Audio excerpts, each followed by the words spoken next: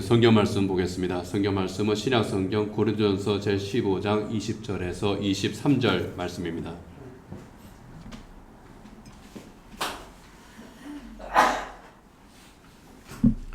고린도전서 15장 20절에서 23절 말씀 함께 읽겠습니다. 하나님께서 주신 말씀입니다.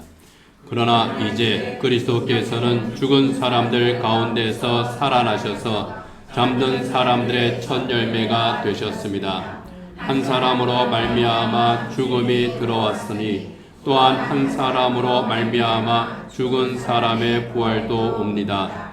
아담 안에서 모든 사람이 죽는 것과 같이 그리스도 안에서 모든 사람이 살아나게 될 것입니다. 그러나 각각 제 차례대로 그렇게 될 것입니다. 첫째는 첫 열매이신 그리스도요. 그 다음은 그리스도께서 재림하실 때에 그리스도께 속한 사람들입니다. 아멘.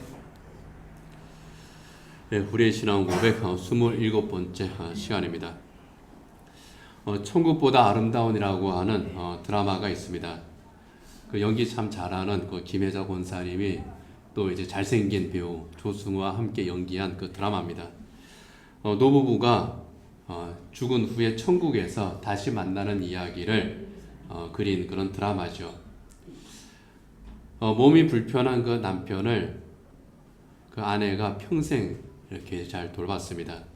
그래서 남편은 아내한테 항상 고마워합니다. 그러면서 지금 그 모습이 가장 나한테는 아름답다. 그렇게 이제 이야기를 했습니다. 그리고 남편이 먼저 죽었습니다. 시간이 지나서 아내도 죽었습니다. 아내는 죽은 후에 천국으로 이제 올라가는데 이 드라마 설정상 천국역을 거쳐서 갑니다. 지옥역을 지나 천국역에 이제 도착을 합니다.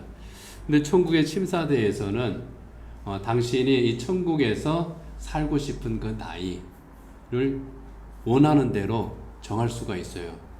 참 좋죠. 내가 몇 살쯤에 천국에 갔을 때 내가 몇 살쯤이면 좋을까? 뭐 그런 생각들 해보잖아요. 그리고 누구랑 같이 살 것인지 그것도 정할 수 있습니다. 먼저 간 사람하고 서로 맞으면 같이 살 수가 있는 거예요. 이 아내가 남편의 말을 기억했습니다. 속으로는 젊은 청춘으로 가고 싶지만 남편이 자기가 가장 아름답다고 했던 바로 그 나이, 가장 사랑스럽다고 했던 바로 그 나이로 자기가 천국에서 살고 싶었습니다. 그래서 80대 할머니가 80대를 선택했습니다. 할머니가 돼서 천국으로 들어갔습니다. 그런데 천국에 들어가 보니까 전부 다 젊어요. 대부분 젊습니다. 심지어 자기 남편도 젊습니다. 30대 젊은 남편이 자기를 기다리고 있는 겁니다. 천국에서 30대의 젊은 남편과 80대의 이 할머니 아내가 서로 만났습니다. 그곳에서 이제 좌충우돌하면서 여러 가지 이제 일들을 겪게 되죠. 좀 코믹하게 그렸지만은 정말 천국보다 아름다운 삶이란 무엇인가, 사랑이란 무엇인가 하는 것에 대해서 좀 생각하게 할 수 있는 그런 드라마였습니다. 드라마 설정은요, 기독교, 불교, 두부 짬뽕한 그런 드라마였지만은 참 그 착한 드라마 중에 하나입니다. 천국에 가면 내가 원하는 나이대로 살 수 있다. 이 설정이 참 흥미로운 그런 드라마였죠. 우리의 신앙 고백 27번째 시간. 오늘 우리는 바로 그것에 대해서 생각을 해봅니다. 몸의 부활에 대한 신앙 고백입니다. 우리가 부활하고 나서 우리가 어디에서 살게 됩니까? 이 세상이 아니라 천국, 하나님 나라잖아요. 물론 그 하나님 나라는 일반적으로 사람들이 생각하는 저 하늘 위에 둥둥 떠 있는 그런 나라, 드라마에서 얘기하는 그런 나라는 물론 다른 하나님께서 통치하시는 바로 새하늘과 새 땅을 의미를 하죠. 분명한 것은 몸이 다시 사는 것을 믿습니다. 우리가 이렇게 고백하는 것처럼 우리의 몸도 부활한다 하는 겁니다. 예수님께서 부활하신 것처럼 우리도 부활합니다. 부활하는데 영혼만 부활하는 것이 아니라 우리 영혼과 함께 우리의 몸도 부활한다 하는 겁니다. 성경은 이러한 그 부활의 전제로 죽음이라고 하는 과정을 또 이제 우리에게 가르쳐 주고 있죠. 그런데 성경은 성도의 죽음을 소멸한다 그렇게 보지 않습니다. 또 그렇게 이야기하지도 않아요. 잠을 자는 것이라고 말합니다. 물론 흙에서 왔으니 흙으로 돌아가는 것이 인간의 몸입니다. 그러나 인간의 몸, 인간의 영혼, 이것이 죽는 그 죽음을 소멸이라고 하지 않고 또는 멸절이라고 하지 않고 잠을 자는 것이다. 그렇게 성경은 말씀하고 있습니다. 왜 잠을 자는 것이라고 말씀을 할까요? 잠을 잔다고 하는 거는요, 깨어난다고 하는 것을 전제로 합니다. 깨어나지 않는다면은 잠을 자는 게 아니죠. 그냥 완전한 죽음인 겁니다. 깨어나는 겁니다. 잠에서 깨어나듯 죽음에서 깨어납니다. 그래서 죽는다고 하지 않고 잠들었다. 그렇게 성경에서는 말씀을 하고 있는 겁니다. 사도행전 7장 59절 같이 한번 읽겠습니다. 사람들이 스데반을 돌로 칠 때에 스데반은 주 예수님 내 영혼을 받아 주십시오 하고 부르짖었다. 그리고 무릎을 꿇고서 큰 소리로 주님 이 죄들에게 돌리지 마십시오 하고 외쳤다. 이 말을 하고 스데반은 잠들었다. 스데반은 잠들었다. 돌에 맞아서 죽었습니다. 그런데 잠들었다. 그렇게 성경은 말씀을 하는 겁니다. 데살로니가전서 4장 14절입니다. 같이 읽겠습니다. 우리는 예수께서 데살로니가전서 내가 빼놨구나. 예, 그럴 수도 있습니다. 제가 읽겠습니다. 우리는 예수께서 죽으셨다가 살아나신 것을 믿습니다. 이와 같이 하나님께서 예수 안에서 잠든 사람들도 예수와 함께 데리고 오실 것입니다. 예수 안에서 잠든 사람들. 잠들었다는 겁니다. 성도의 죽음은 우리 피곤한 육신이 잠이 드는 것처럼 죽음이라고 표현된 그 잠을 자는 겁니다. 잠에서 깨어나면 우리 새로운 아침을 맞죠. 바로 그것처럼 죽음이라고 하는 잠에서 깨어나면 우리 주님 앞에서 깨어나는 겁니다. 죽음은 생명을 잃는 것이 아닙니다. 생명을 뺏기는 것이 아닙니다. 주님과 함께하는 새로운 생의 아침을 맞는 겁니다. 이것이 성도의 죽음입니다. 그 새로운 생의 아침은 바로 안식의 아침이죠. 우리 주님 안에서 부활하신 주님과 함께 누리는 영원한 안식과 평안인 겁니다. 그래서 요한계시록 14장 13절에서는 이렇게 말씀을 합니다. 있지요. 이거는 같이 읽겠습니다. 나는 또 하늘에서 들려오는 음성을 들었습니다. 기록하여라. 이제부터 주님 안에서 죽는 사람들은 복이 있다. 그러자 성령께서 말씀하셨습니다. 그렇다. 그들은 수고를 그치고 쉬게 될 것이다. 그들이 행한 일이 그들을 따라다니기 때문이다. 주님 안에서 죽는 자들은 복이 있다. 그들은 수고를 그치고 쉬게 될 것이기 때문이라는 겁니다. 주님 안에서 죽는 사람들, 주님 안에서 잠든 사람들, 그들이 깨어났을 때 수고를 그치고 고통의 시간이 끝나고 이제 쉬게 될 것이다. 안식의 시간을 가지게 될 것이다. 그 안식은 영원한 안식이고 영원한 평안입니다. 바로 그 시간을 누리게 될 것을 말씀을 합니다. 그렇다면 서두에 말씀드린 것처럼 내가 그렇게 부활하게 될 때 주님 앞에서 내 모든 수고를 그치고 쉬게 되는 바로 그때에 내가 영생을 누리게 될 텐데, 자, 그렇다면 그 부활의 때에 나는 몇 살의 나이로 또 어떤 상태의 몸으로 내가 부활하게 될까요? 또 그렇게 부활하고 싶습니까?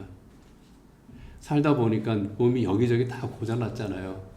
저도 그냥 여기저기 또 고장나 있고, 또 아침에 김현순 권사님도 그래 무릎 때문에 이렇게 힘들어 하시고, 보면은 다 고장 나 있어요. 몸이 여기저기 다 고장 나 있거든요. 자, 어떻습니까? 어떤 상태의 몸이면 좋겠습니까? 또 몇 살이면 좋겠습니까? 송 권사님. 건강하고 젊으면 좋겠죠. 예. 그 젊음이 몇 살 정도? 20대? 20대. 예. 20대. 좋죠. 임채욱 집사님, 부활할 때 내가 몇 살?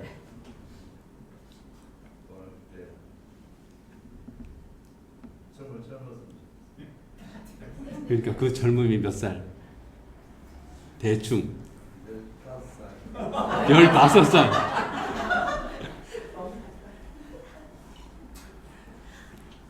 그러면 박경수 집사님은 20대. 아니 나이를 맞춰야지. 아니 임 집사님이 15살인데 안 맞출 거야. 천국에서 천국보다 아름다운 그 드라마 설정처럼 한다면은 누나가 돼서 만나려고. 예. 아마 저마다 그러한 상상들을 해봤을 겁니다. 나는 몇 살쯤이 좋을까? 그럴 때에는 자기 자신이 살아왔던 그런 시간들을 생각할 것 같아요. 내가 그때가 참 좋았어. 그리고 그때가 가장 좋을 수 있었어. 어떤 사람은 경험으로, 어떤 사람은 아쉬움으로. 내가 그 나이 때 15살이라 할 때는 15살이 생각한 이유가 있을 것이고요. 20대라고 할 때 20대라고 하는 나이가 있을 것이고요. 또는 나는 50대가 좋아. 그런 사람도 있을 겁니다. 그리고 누구든지 아프지 않은 건강한 상태로 내가 부활했으면 좋겠다. 그렇다면 외모는 어땠으면 좋겠습니까? 박 장로님. 저는 그냥 있는 모습 그대로? 뭐 차인표나 정우성 정도 필요 없어요? 상대가 아니에요 저는. 이경은 집사님 이 모습 그대로 받을 수 있습니까?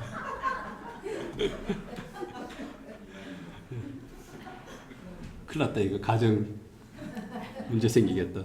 자, 근데 내 모습 이대로가 제일 좋아요.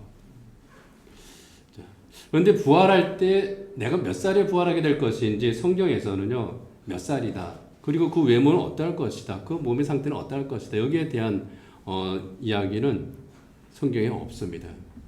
다만 그럴 것이다 하고 이제 추측하는 것들이 있을 뿐이죠. 신학자들은 신학자들대로 나름대로 근거를 가지고 또 이제 설명하는 것도 있습니다. 중세의 가장 유명한 신학자 또 이제 가장 대단한 그 신학자죠. 토마스 아퀴나스가 사람이 부활할 때 몇 살일까? 여기에 대해서 나름대로 해답을 내놓은 게 있습니다. 32살이나 33살일 것이다. 그렇게 이제 이야기를 합니다. 32살이나 33살이 토마스 아퀴나스가 생각할 때에 그 나이가 인생에서 가장 완벽한 시기라고 생각을 했습니다.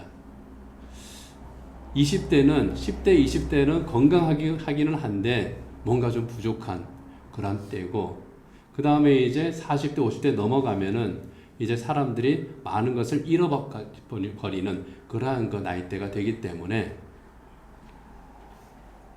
32살이나 33살로 그 나이대로 부활하게 될 거다. 그래서 나이 어려서 죽은 사람들은 그 부족함을 또 이제 채우고 또 나이가 이제 연세가 많이 들어서 돌아가시는 어르신들은 또 잃어버린 것들을 회복하게 되는 그러한 나이가 바로 32살이나 33살이다. 토마스 아퀴나스는 또 그렇게 생각을 합니다. 그리고 대체로 신학자들은 예수님께서 33살에 십자가에 달려서 돌아가셨다가 부활하셨으니 그 예수님을 표준으로 해서 부활하는 사람들은 대체로 그 나이대로 또 이제 부활하게 되지 않겠느냐. 그 나이 몸으로 부활하지 않겠느냐. 그렇게들 설명하기도 합니다. 그렇지만 정확한 것은 천국에 가야 알지요. 그냥 제 개인적인 지극히 개인적인 그런 생각이라면은 그냥 원하는 대로 해줬으면 좋을 것 같아요. 그냥 원하는 대로. 30대 나이가 좋은 사람은 그냥 30대로 10대가 좋은 사람은 10대로, 50대가 좋은 사람은 50대로. 그러나 거기에서 나이 가지고 싸울 일은 없을 것 같아요. 나이 가지고 싸울 일은 없고, 그 나이 때가 참 좋았던 때였기 때문에, 또는 그 나이 때를 가장 소망했기 때문에 그 나이대로 이제 또 부활했구나, 그렇게 받아들이면 안 되겠습니까? 물론 제 이야기는 성경과 아무 상관이 없는 그런 이야기입니다. 분명한 것은 우리는 부활한다는 것, 그리고 부활할 때 그 나이, 그리고 그 건강, 그 외모, 그 상태, 이러한 것들이 어떠할지는 모르겠지만은 분명한 것은 몸으로 부활한다는 것, 그리고 현재 육체와는 비슷하겠지만은 전혀 다른 양상의 몸이라고 하는 것, 이것은 분명합니다. 그래서 고린도전서 15장 51절이야 52절에서 또 이렇게 말씀을 합니다. 같이 한번 읽겠습니다. 보십시오. 내가 여러분에게 비밀을 하나 말씀드리겠습니다.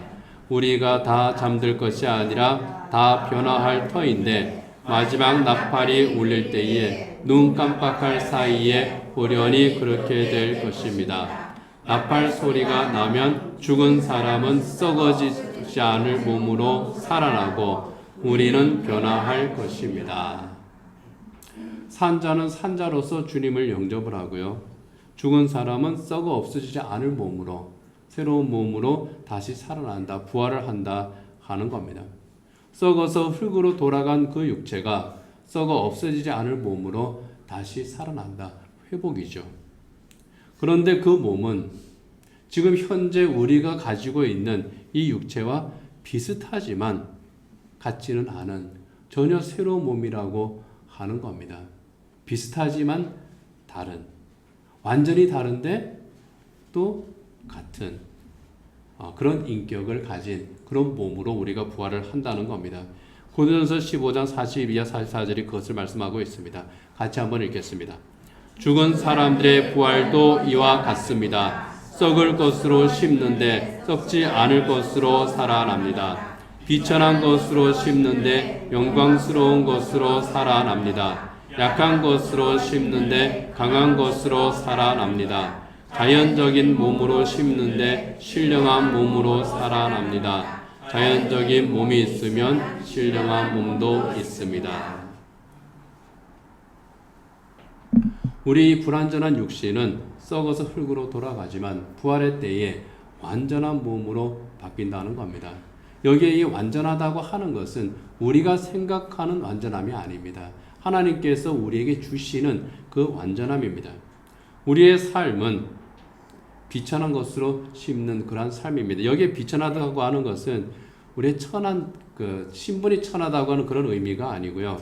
악의 유혹에 넘어가서 죄를 짓는 그러한 삶을 의미합니다. 참 못난 그런 삶이죠. 그런 삶이지만 하나님께 영광을 돌리는 복된 삶으로 달라진다는 겁니다. 삶의 질이 달라지는 것을 의미를 합니다. 그리고 이 세상 살면서 질병에 시달리는 그런 약한 몸이지만 참 더 이상 그러한 그 육체적인 치료가 필요가 없는, 의사들이 실업자가 되는 그러한 건강한 몸으로 우리가 또 바뀌는 겁니다. 그 몸을 일컬어서 신령한 몸이다, 이렇게 말씀을 하고 있는 겁니다.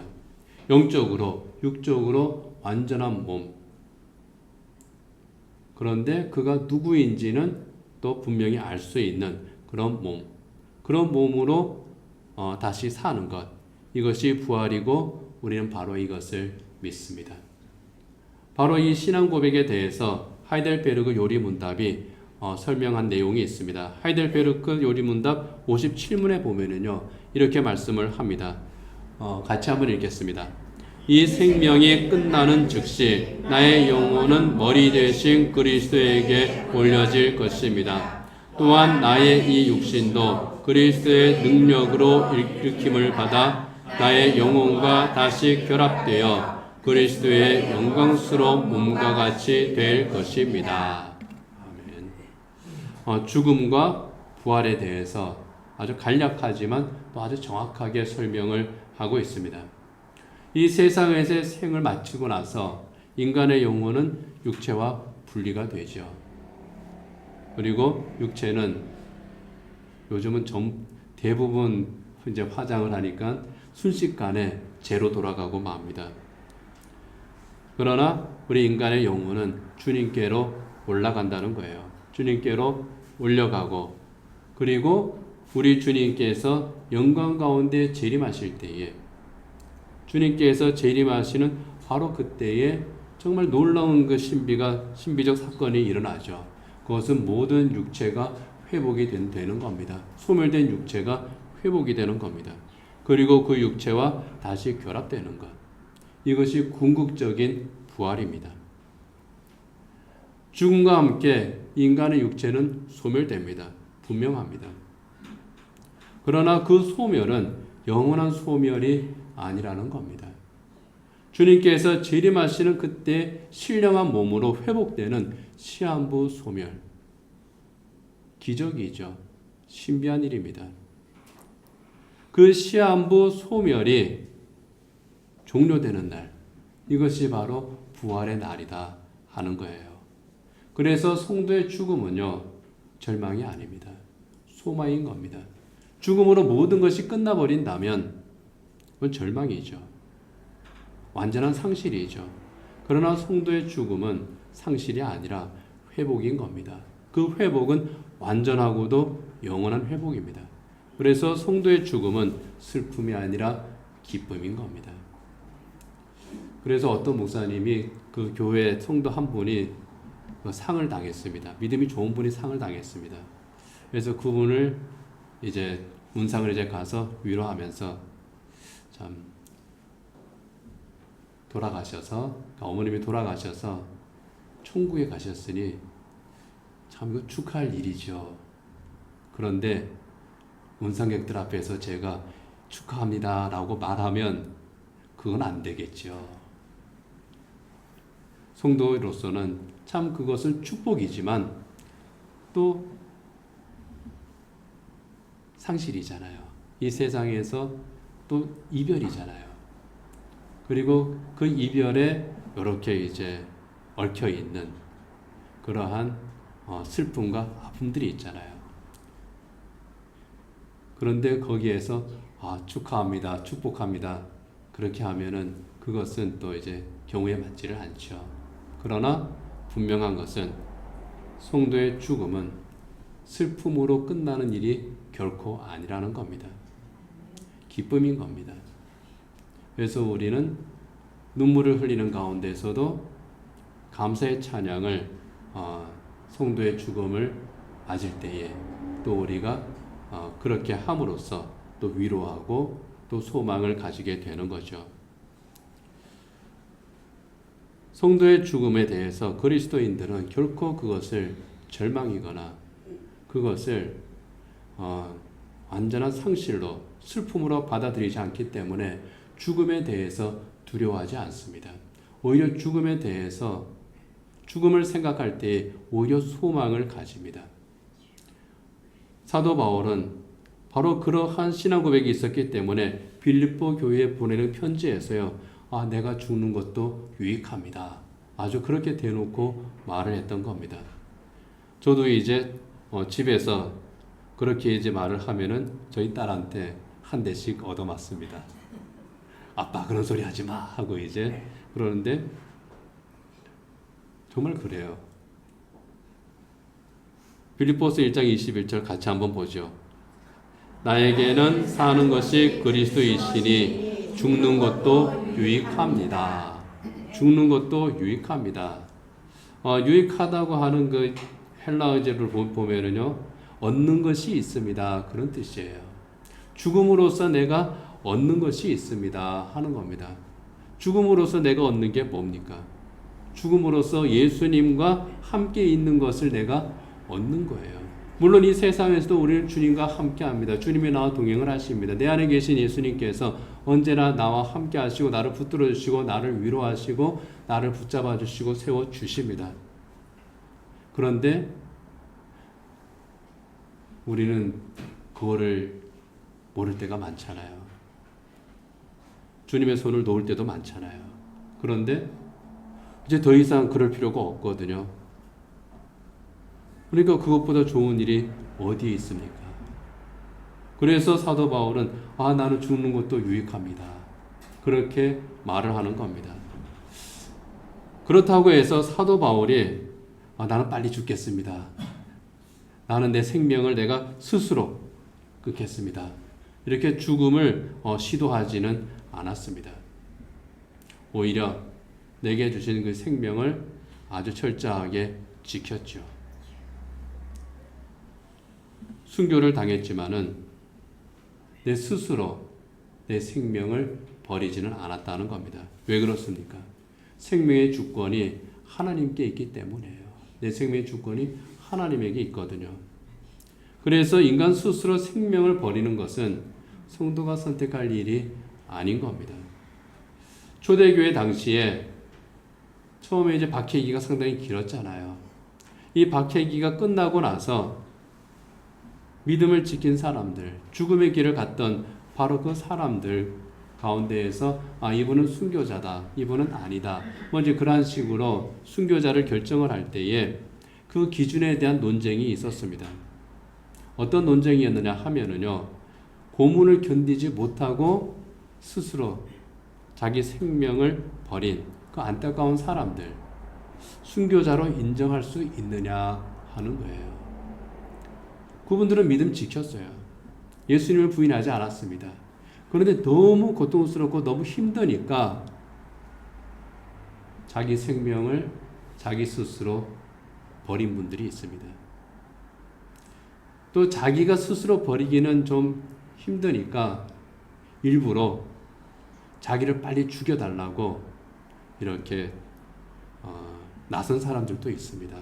예를 들면은 칼을 가지고 있는 그 로마 군인들한테 자기 몸을 달려들어 가지고 칼에 찔려서 죽는다든지. 근데 그런 사람들도 순교자로 인정할 수 없다 그랬습니다. 하나님께서 주신 생명을 직접적이든 간접적이든 스스로 버리는 것은, 믿음은 지킨 것은 분명하나 순교자로 인정할 수는 없다.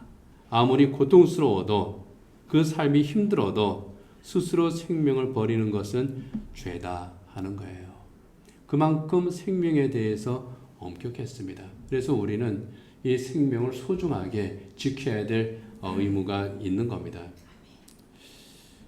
그렇다고 해서 자살한 사람은 다 지옥에 가, 그런 식으로 생각해서는 또 안 됩니다.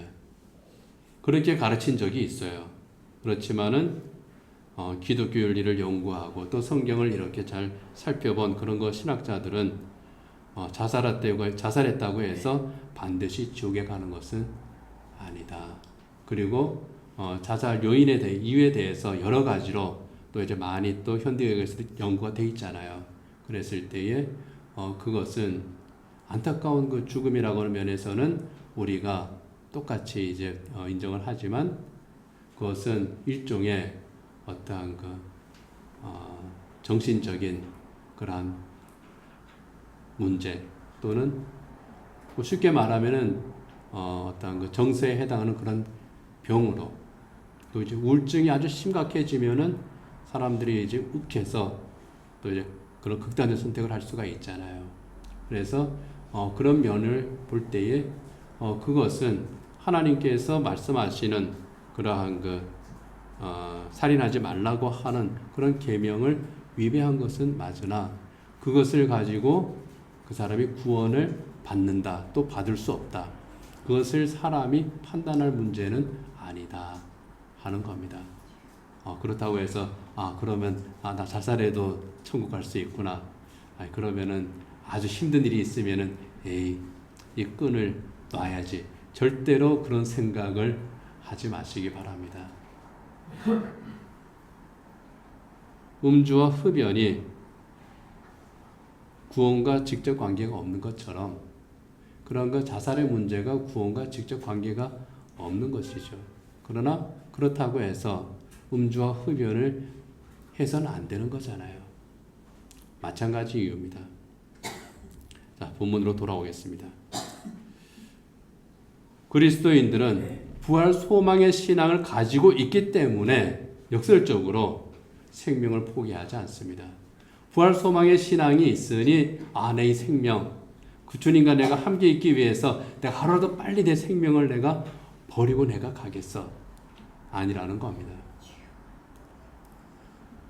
부활의 생명이 소중한 만큼, 존귀한 만큼 현재 내게 주신 이 생명도 소중하고 존귀하다 하는 겁니다. 왜요? 예수님께서 구원하신 생명이기 때문에 그렇습니다. 성도들은요, 예수님이 내 생명의 주인이다. 바로 그 의식을 가지고 그 태도로 살아가는 사람들입니다. 갈라디아서 2장 20절의 말씀처럼 내 안에 사는 것이 내가 아니라 그리스도이시기 때문입니다. 같이 한번 읽겠습니다. 나는 그리스도와 함께 십자가에 못 박혔습니다. 이제 살고 있는 것은 내가 아닙니다. 그리스도께서 내 안에서 살고 계십니다. 내가 지금 육신 안에서 살고 있는 삶은 나를 사랑하셔서 나를 위하여 자기 몸을 내어주신 하나님의 아들을 믿는 믿음 안에서 살아가는 것입니다.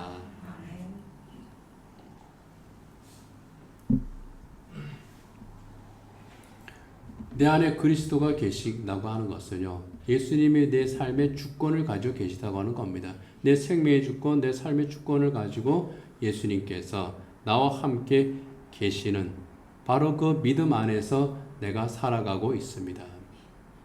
예수님이 내 생명의 주인입니다. 이 의식으로 우리는 살아갑니다. 그리고 바로 그 믿음이 있기 때문에 내 몸을 또 소중하게 여깁니다. 내 몸을 또 소중하게 여기고 또 가꾸죠. 내가 내 몸을 소중하게 여기고 가꾼다고 하는 것은 외모나 건강을 가꾸는 것만을 의미하지 않습니다. 성령께서 거하시는 전으로서의 내 몸입니다. 제가 아무리 제 얼굴을 가꾸고 열심히 팩도 바르고 그냥 열심히 관리를 한다고 해도 이 얼굴이 정우성 얼굴로 바뀌겠습니까? 안 바뀝니다. 제가 아무리 건강 관리한다고 해도 제가 특별히 여기에서 더 건강해지겠습니까? 몸이 더 좋아지고 하겠습니까? 우리가 정말 소중하게 여기고 가꿔야 되는 것은요, 내 안에 예수님이 계신다. 성령께서 내 안에 계신다. 바로 성령께서 거하시는 전으로서의 내 몸인 겁니다. 이 소중한 내 몸을 내가 관리하고 가꾸는 겁니다. 정말 우리는 비천합니다. 건강하지도 못하고 썩어질 그러한 몸입니다. 고장나는 그러한 몸입니다. 그러나 이 몸을 하나님께서 귀하게 여기십니다. 하나님께서 존귀하게 여기십니다. 하나님께서 좋아하십니다. 그래서 성령께서 거하시는 전으로 삼으시는 거예요. 성령께서 내 안에 들어오신다고 하는 것은요, 나를 좋아하시기 때문에 들어오시는 겁니다. 사랑하시기 때문에 들어오시는 거예요. 기꺼이 내 안에 내주하고 계시는 겁니다. 기쁨으로 내 안에 계시는데 우리가 어떻게 해야 되겠습니까? 가꾸어야죠. 내 마음을, 내 영혼을 가꾸어야죠. 어떻게 가꿉니까? 경건생활로 가꾸는 겁니다. 티도 없고 흠도 없는 사람으로 하나님 앞에 나타날 수 있도록 그렇게 가꾸는 겁니다. 베드로후서 3장 14절입니다. 같이 읽겠습니다. 사랑하는 여러분, 여러분이 이것을 기다리고 있으니 티도 없고 흠도 없는 사람으로 아무 탈이 없이 하나님 앞에 나타날 수 있도록 힘쓰십시오. 부활을 기다리는 사람은 어떻게 살아야 되는가? 티도 없고 흠도 없는 사람으로 아무 탈이 없이 하나님 앞에 나타날 수 있도록 힘쓰십시오. 외모보다, 육체보다 내 내면, 내 영혼을 가꾸는 겁니다. 내 삶을 가꾸는 겁니다. 그리고 성도는요, 하나님께서 허락하신 이 세상에서의 삶, 이 삶에 주신 하나님의 소명이 있습니다. 하나님의 자녀로서, 예수님의 제자로서 해야 될 생의 소명이 있습니다. 믿음의 목표가 있습니다. 그 믿음의 목표를 향해서 힘써 달려가는 그러한 삶을 사는 겁니다. 빌립보서 3장 13절이야 14절입니다. 같이 읽겠습니다. 형제 자매 여러분, 나는 아직 그것을 붙들었다고 생각하지 않습니다. 내가 하는 일은 오직 한 가지입니다. 뒤에 있는 것은 잊어버리고 앞에 있는 것을 향하여 몸을 내밀면서 그리스도 예수 안에서 하나님께서 위로부터 부르신 그 부르심의 상을 받으려고 목표점을 바라보고 달려가고 있습니다. 목표점이 있는 겁니다. 예전 성경에는 표대라고 그랬죠. 표대가 있는 그런 삶. 내가 무엇을 위해서 사는가? 내가 어디로 달려가고 있는가? 이것을 알고 또 그것을 위해서 사는 삶을 살아가는 겁니다. 그리고 하나님께서 내게 주신 시간들이 있습니다. 하나님께서 내게 주신 달란트가 있고 하나님께서 내게 주신 물질들이 있고 하나님께서 내게 주신 관계들이 있습니다. 이러한 것들을 가치 있게 사용하기 위해서 힘을 다하는 겁니다. 고린도서 10장 31절입니다. 같이 읽겠습니다. 그러므로 여러분은 먹든지 마시든지 무슨 일을 하든지 모든 것을 하나님의 영광을 위하여 하십시오. 먹든지 마시든지 무슨 일을 하든지 내 삶에서 내가 하는 그 모든 것들 나의 영광이 아니라 하나님의 영광을 위해서 살아간다는 겁니다. 하나님의 영광을 위해서 산다는 것은요, 하나님께서 내게 가지고 계시는 그 목적, 내게 주신 생의 소명을 이룸으로써 하나님을 기쁘시게 하는 삶, 하나님께서 칭찬하실 만한 그러한 삶을 내가 사는 것을 의미합니다. 내 삶이 과연 하나님께서 칭찬하실 만한 그런 삶인가? 그 칭찬은 세상 사람들의 칭찬과 다른 차원의 칭찬이죠. 하나님께서 우리를 인정하실 때 그것은 세상 사람들이 인정하는 것과 다른 인정함이죠. 복음을 증언하고 구원의 열매를 맺는 정말 그리스도인답게 살아가는 그러한 삶을 살아가는 것. 이것이 하나님의 영광을 위해서 사는 삶입니다. 이제 말씀을 맺도록 하겠습니다. 저는 여러 번 이제 말씀을 드렸지만 사람은 세 번의 생을 산다고 그러죠. 서로 다른 차원의 세 번의 생을 삽니다. 그 첫 번째는 어머니 뱃속의 생이죠. 10개월 동안 어머니 뱃속에 있다가 이 세상으로 나옵니다. 지금 현재 우리가 살아가는 세상으로 나옵니다. 이 두 번째 생입니다. 이 세상에서 두 번째 생을 마치게 되면 우리는 이제 세 번째 생을 시작하죠. 그것이 바로 하나님 나라의 생입니다. 첫 번째 생과 두 번째 생은요, 유한합니다. 첫 번째 생은 길어야 10개월입니다. 두 번째 생은 요즘 의학기술이 발전해서 100년 또는 120년 가기도 하지만 그렇다고 해서 150년, 200년 아주 무한하게 살 수는 없습니다. 유한합니다. 누구든지 다 시한부 인생입니다. 그리고 그 육신과 그 삶은 참 불안정하죠. 그리고 불완전합니다. 그러나 하나님 나라의 세 번째 생, 이 하나님 나라의 생은 어떻습니까? 무한합니다. 영원합니다. 그리고 완전합니다. 영원한 하나님 나라에서 영원한 안식과 평안의 삶을 사는 것이 바로 영생입니다. 이것이 부활 소망을 가진 그리스도인들에게 주는 하나님의 축복입니다. 예수님께서 영광 가운데 재림하실 때에 바로 그 영생에 합당한 몸으로 부활하는 것이 성도의 부활이에요. 단순히 죽었던 몸이 다시 살아나는 것, 그거는 좀비예요. 좀비가 아닙니다. 완전한 몸으로 다시 부활하는 것. 이것이 십자가에서 죽으시고 부활하신 예수님께서 우리에게 주신 구원의 선물입니다. 부활, 희망사항이 아닙니다. 실제예요. 그런데 부활을 믿는 그리스도인들이 점점 줄어들고 있다고 그럽니다. 머리가 좋은 그리스도인들을 지성적 그리스도인이라고 합니다. 아는 게 참 많아요. 그러다 보니까 부활에 대해서도 부활은 하나의 상징이고 종교적인 교훈이야. 그렇게 생각하는 그러한 그리스도인들. 또 점점 많아지고 있습니다. 그리고 부활을 그냥 막연한 기대로 믿는 그런 사람들도 많습니다. 여러분은 어떻습니까? 뭐 부활한다 그랬으니 뭐 부활할 거야. 뭐 부활한 사람 내가 본 적이 없으니, 뭐 예수님 재림도 아직까지 이루어지지 않았으니까 뭐 부활하겠지 뭐, 그런 믿음으로 살아가고 있는지, 비록 내가 그 부활을 체험하지는 못했지만 주님께서 약속하신 그 부활이 확실하다고 하는 확실한 부활 소망의 믿음 가운데에서 내가 살고 있는지 우리가 한번 살펴보기를 원합니다. 분명한 것, 예수님께서 부활하신 것처럼 예수님의 은혜로 구원받은 성도들은 반드시 부활한다 하는 겁니다. 오늘 우리가 읽은 성경 말씀처럼 그리스도 안에서 모든 사람들이, 구원받은 모든 사람들이 주님 앞에서 부활한다는 겁니다.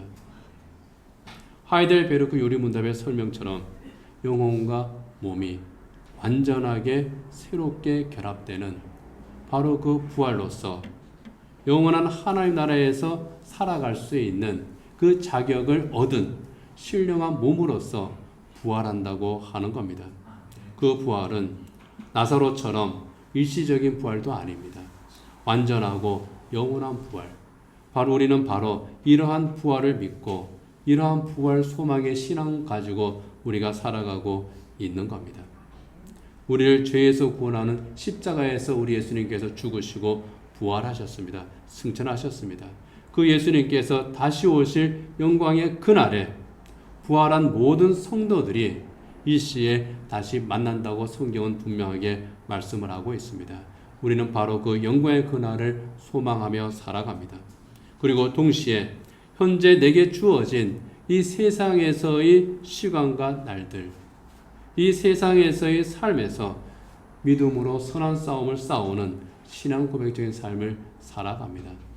오늘 내게 주신 이 시간들을, 오늘 내게 주신 이 현장들을 부활 소망의 신앙을 가지고 절망하지 않고 또 힘껏 살아가는 저와 여러분 되기를 원합니다. 기도하겠습니다. 하나님 아버지, 우리 주님께서 죽었다가 부활하신 것이 확실한 사실인 것처럼 우리 또한 죽은 후에 반드시 부활함을 믿습니다. 그러나 그것은 우리 인간이 죽을 때에 가진 그 육신이 아니라, 그 불완전한 육신이 아니라 완전한 신령한 몸으로 부활하는 영광된 부활인 줄 믿습니다. 우리의 영혼과 우리의 육신이 천국 그 하나님 나라에서 영원히 살아가기에 합당한 그러한 몸으로 다시 부활함을 믿습니다. 이 부활 소망으로 저희들 이 세상 살아가게 하시고, 이 세상 살아갈 때에 어렵고 힘든 일이 있다고 할지라도 영원한 하나님 나라의 바로 그 소망으로, 부활의 소망으로 저희들 다 이겨내게 하여 주시옵시고, 또 하나님 나라에 합당한 그러한 사람으로 또 부활하는 것을 소망하는 가운데에 또 이겨내며 살아가는 저희들 되게 하여 주옵소서. 예수님 이름으로 기도드립니다. 아멘.